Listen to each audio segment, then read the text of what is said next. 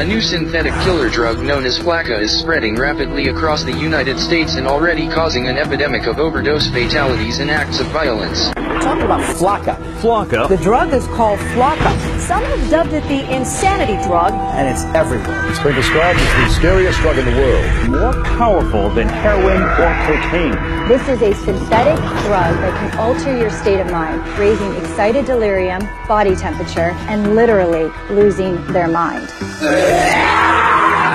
They're all experiencing like superhuman kind of strengths. It takes 6 policemen to hold them down. That's a problem. Psychotic breakdowns, hallucinations, aggressive, violent behavior, Cannibalism and self-mutilation. indiscriminate violence. When Flakka takes over, We are living in the context of the end of the age. We are a nation under judgment. Welcome to stage 1 of the zombie apocalypse. It's been long theorized that controlled substances can bring people closer to the spirit world. Sometimes, however, what comes out of that experience isn't what you'd expect. And right now, our society is being plagued, dominated by an epidemic of controlled substances. In the 1970s, people were talking about peace and love, but nowadays people are coming back from bad trips and total psychosis. The number of overdoses are up, as are the cases of total zombification, i.e. demonic possession. The dark side opens people up to such possessions through lack of faith and environmental conditions. And while this isn't so much an issue with people of faith or orthodox practitioners, if your foundation is public education, if your dogma is militant atheism, substances like bath salts or Flakka can be the ingredient that pushes you over the edge, an edge that you will never come back from. Weaponized substances such as bath salts and spice are being mixed into just about everything these days. E-cigarettes, chocolates, party drugs, with the intended purpose of fucking you up permanently. These are not the days to be experimenting with new things. These are not the days to be a party kid. Nefarious agendas are at play, and just about everything out there these days is being spiked with chemicals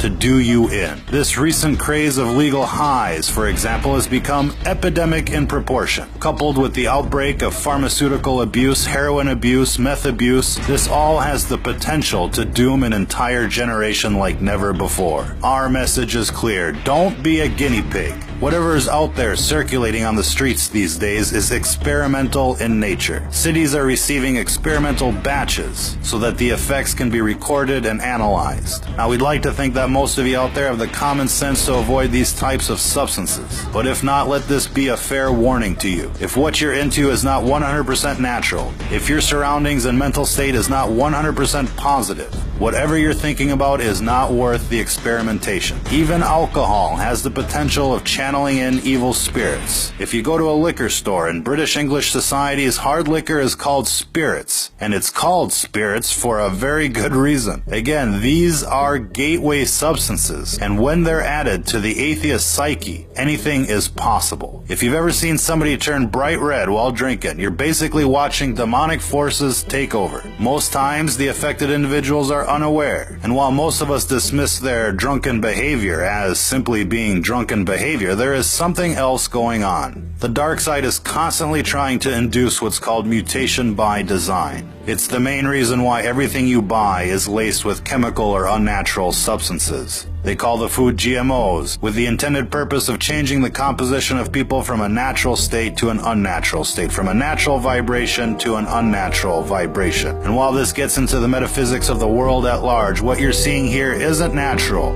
It isn't safe, and it isn't just psychosis. It's what happens when you stare into the abyss, and when the abyss stares back. If you're listening to this, you are the resistance.